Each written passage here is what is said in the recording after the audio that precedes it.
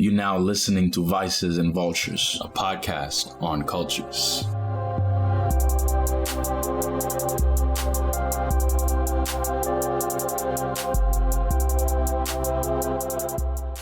What's going on, everybody? This is A2, and on Fridays we'll feature regular guests who will share the cultures that they're passionate about. Annarose is back, so I'll let her introduce the next dog topic. Hey everyone. In this episode, we're playing back a conversation about 3 rules that I live by when working with dogs. Every time I talk to a new client, we always discuss, what their goals are for their dog. And what I hear a lot is like, well, my dog isn't trained, or, I need my dog trained. And what I'm finding is everyone's definition of trained is different. Mm-hmm. There hasn't been a way to standardize it. No, which is, that's just true of dog training overall, but it's just right. I almost haven't found 2 people that say a trained dog with the same definition. It's right. kind of crazy, because I know that it's not a regulated industry. There's not one way to train dogs or one definition of what is trained, but it's literally that everyone has a different idea of what trained is and what it means. So does that bother or excite you? Or both? I kind of neither, I guess. It's neither? I guess it does excite me, but it's kind of it just means that I have to make sure that I'm on the same page as my clients, right. very clearly, get a lot of clarity on exactly what their expectations are, and just be very clear as to if I can meet them, how I will meet them, and what right. it's going to look like, and time frame to some degree, and what their dog is capable of, and all that kind of stuff. I feel like you might clarify a lot with a client. Is that what happens? So much, yes. Yeah. So much clarification, for sure. Right. Which is just super important. Right. I'll talk to one client who says, my dog's not trained, and what they mean is, he's jumping on them and, doesn't know how to sit, but maybe will, come back when called sometimes. Right. And then you talk to the next person, and it's just the fact that they're not trained just means that they don't know what the word no means, and they just don't listen to no, and they don't listen. It was just what someone kept telling me is my dog doesn't listen. And I was like, okay, well, can you just explain what you mean by that a little bit more? Right. And they were really just saying when I say no, he doesn't stop what he's doing. Right. So it's is that all you're telling him?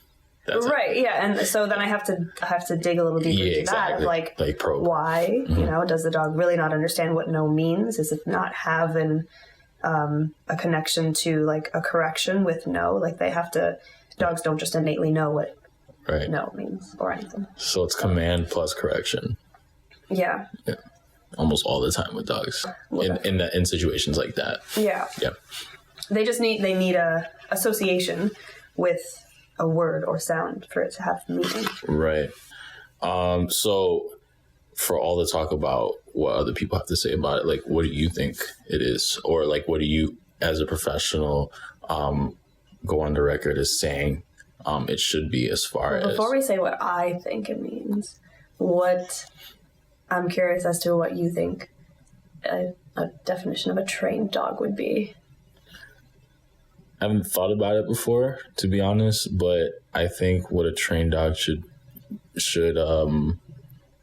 when I walk up and approach a dog, my expectation is that the dog listens to its owner, whoever it is, whether the dog is greeting me at the door when I'm walking to somebody's house, or the dog is walking up to me on the street and the owner has it by the leash.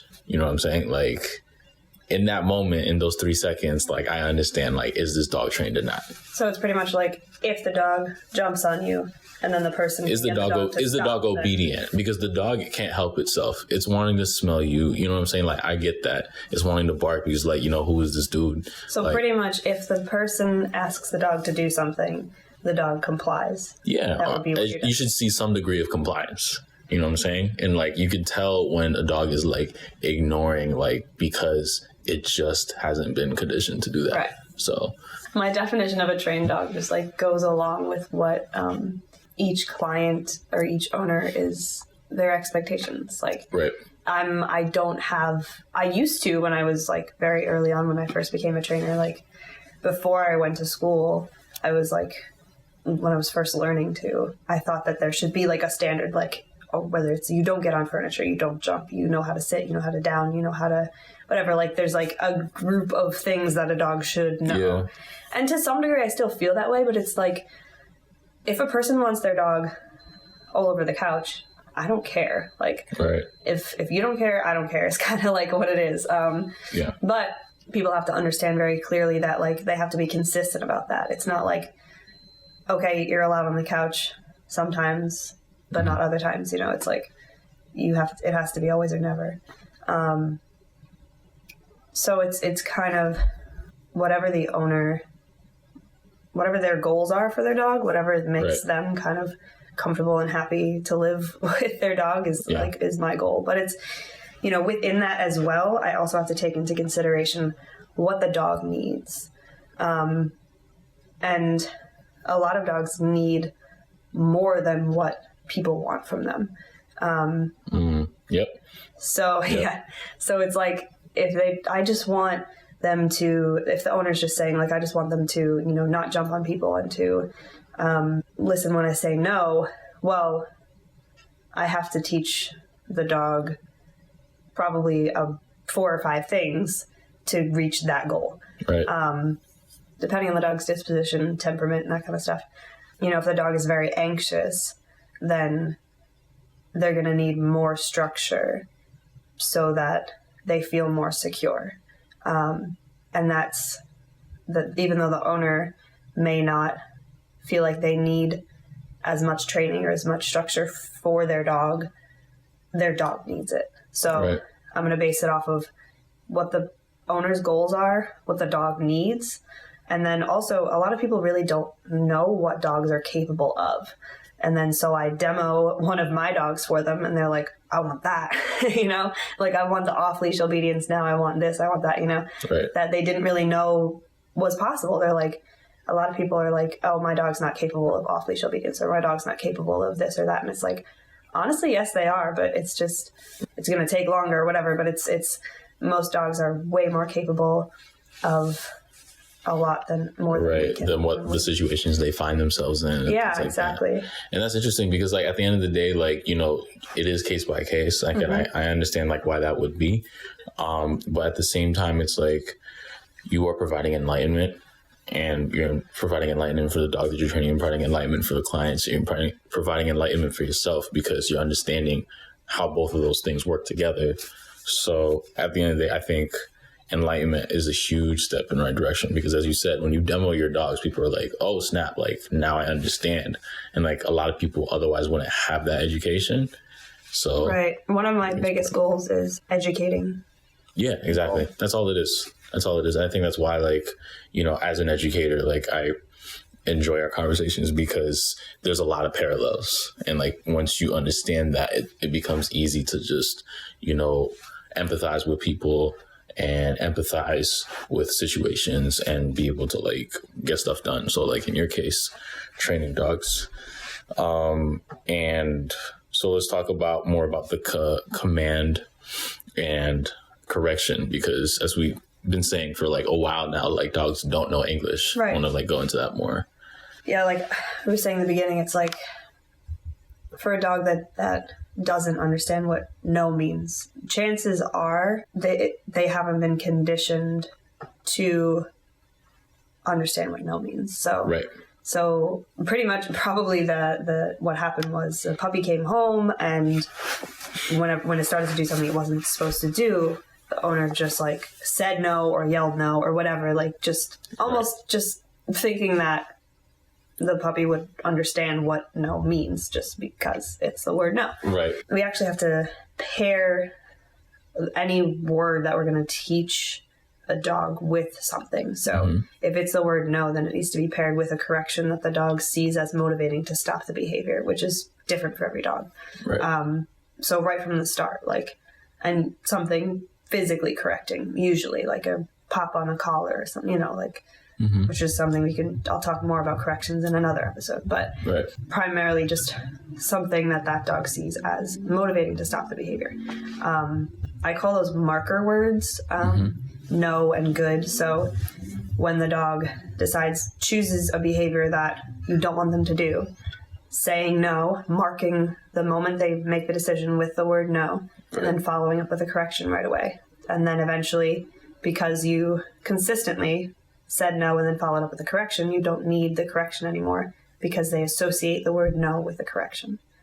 The same goes for good. When they do the right thing, saying good, following up with a reward, you eventually can space rewards out more and then don't necessarily even need rewards because they have a positive association with the word good. Even commands, that's like if you're teaching a dog sit, they're associating sit, that word, with putting their butt on the ground. I mean, you could literally use any word you wanted to teach them anything because it's just a sound association. So that's kind of, there's like a common misconception that like, and it sounds silly to say like dogs don't know English because it's like obviously, but I don't think society it's not played out that way. Like society doesn't really think we actually do think that dogs understand English. You know, dogs understand our full sentences and our kind of how like we know that Santa doesn't exist, but like he appears in culture so much that it's almost as if he does. But like we know that's we know that's not a real thing. We know that's not a real thing. And I mean, like the full sentences thing is another thing. It's like dogs are just so much more in tune to us and to our body language, our like actual energy, and because just, that's the only way they can communicate with us. Exactly. They're just and because their lives are kind of centered around us, so they're always paying attention to what we're doing, what we're feeling, what we're just and they, as they would with a pack of each other as well. Is where their pack. That's what we've become to them. So it's the even in like media such as like superhero stuff, and if somebody doesn't have a sense, like Daredevil like doesn't have sight, or somebody doesn't have like hearing or whatever, like everything else kind of becomes more amplified. So I think in that sense, like dogs really just, as you say, like they really feed off of body language. So I was teaching a lesson on Sunday and I was going up the stairs, and the person that lived downstairs, because it was like I think it was like a apartment, and the person lived downstairs, they had their door open, and there's like a small little white dog came out. And so like I could tell like he was trying to smell me, like, and I could tell like immediately that this dog wasn't going to be loud anyways, because if I think he barked once, but like by the time I walked close to it, I was just like, he would have kept barking by now. Like I think this dog was actually kind of chill, but I also had to like keep calm because I was like kind of tense, and I was like, if I show like I panic like in any way, like the dog's gonna panic too. And that's like my mindset going into it, because they're gonna read off of like what like, the energy that you're doing. It's like, you're panicking, I should panic too, obviously. So like whenever you bring like Kenna and Inara over, like I don't really know them that well. Like they haven't seen me a lot, so like they smell me just like, oh, like I don't really know this guy or whatever. So I can like, and me too, I'm just like, I haven't seen these dogs enough to know. But like once I feel like if I see them enough, they're like, okay, like I know who this is. Right. Because they're smart like that. I think. No, definitely. They definitely like, well, they remember people too, but they're way more in tune with body language and energy than we like than most people know. And there, a lot of people will say that like their dog randomly started to act reactive or aggressive, or just like randomly started this behavior. Generally, dogs don't randomly do anything. There's usually some kind of warning or process, or this has been like building in them in some way for a while, but we just don't notice. Or even like they made a decision based off of what they were feeling, or off of like something that triggered it from something in the past. Then like there's really like not random. It's just like we missed something.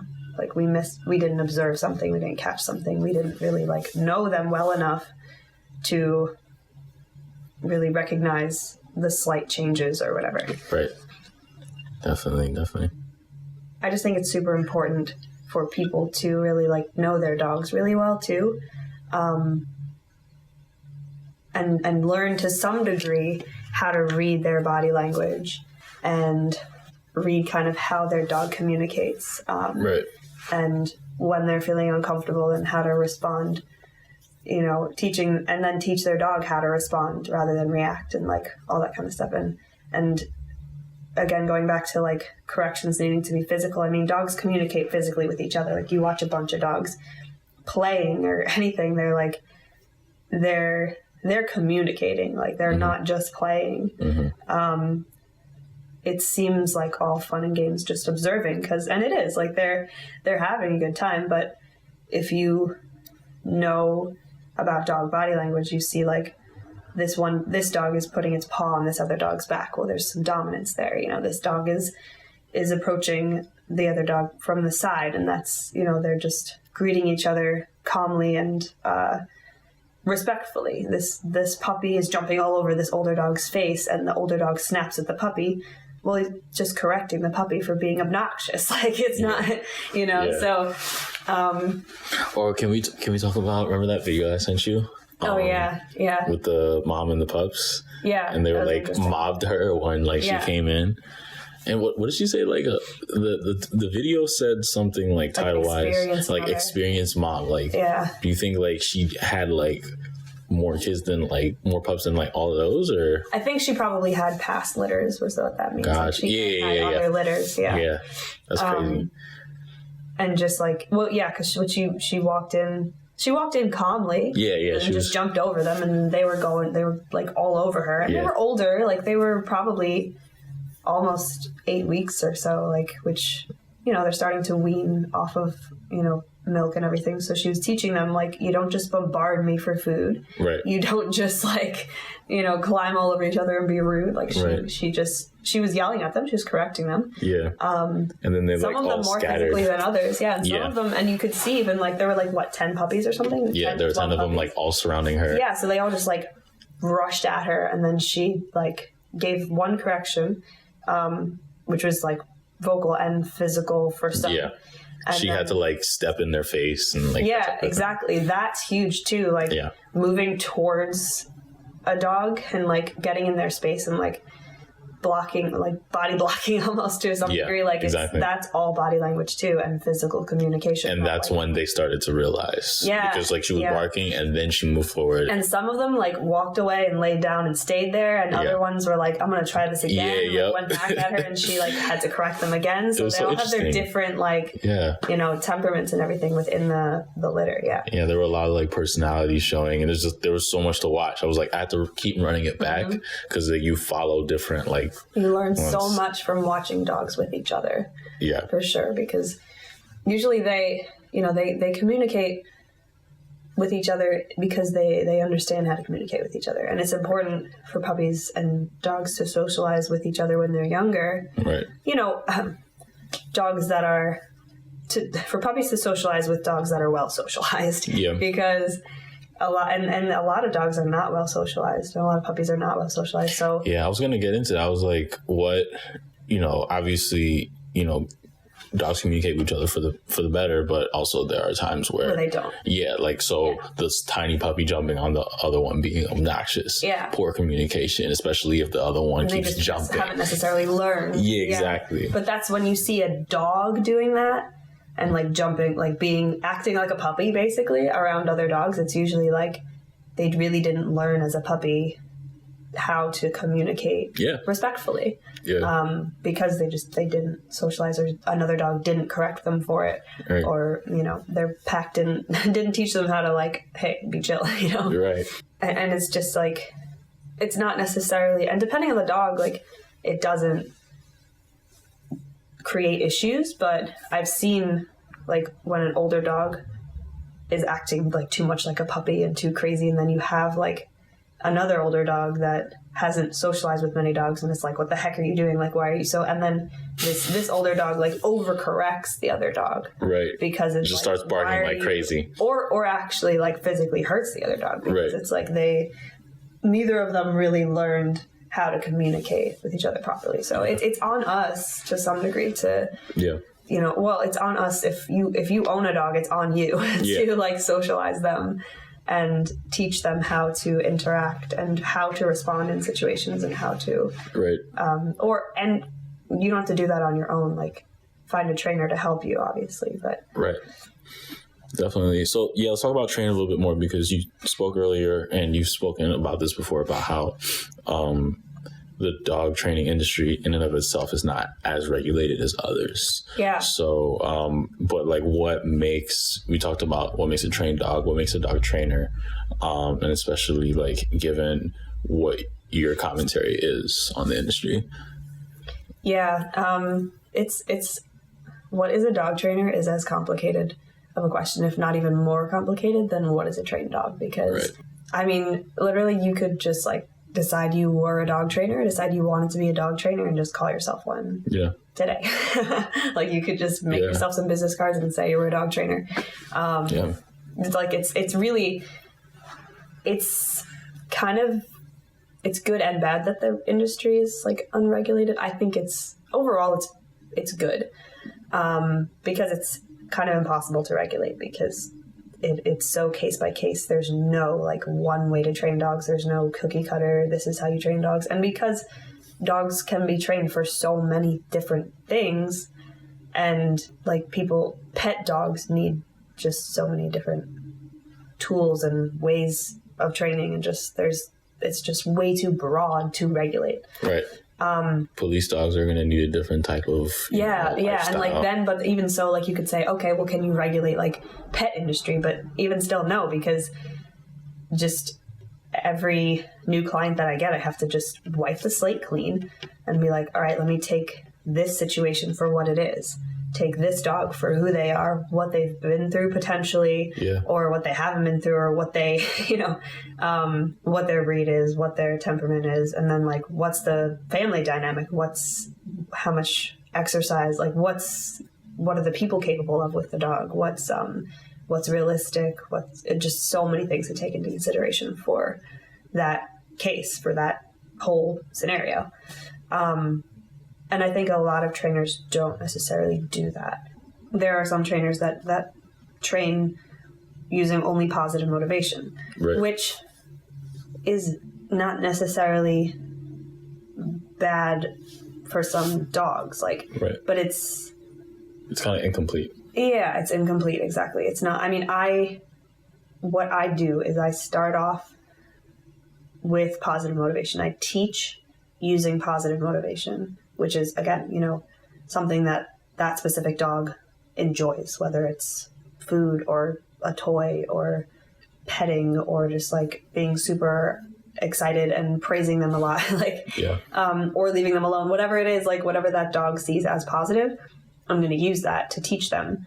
And then I'm going to use whatever they see as motivating to stop a behavior or to, or to comply to behavior. So once I've taught a command, then if I know the dog knows the command and they choose to not comply, then I can say, hey, you have to do this, using negative motivation, something that they see as like, all right, I'll do it, as motivating to listen to me. Yeah. Last ditch almost.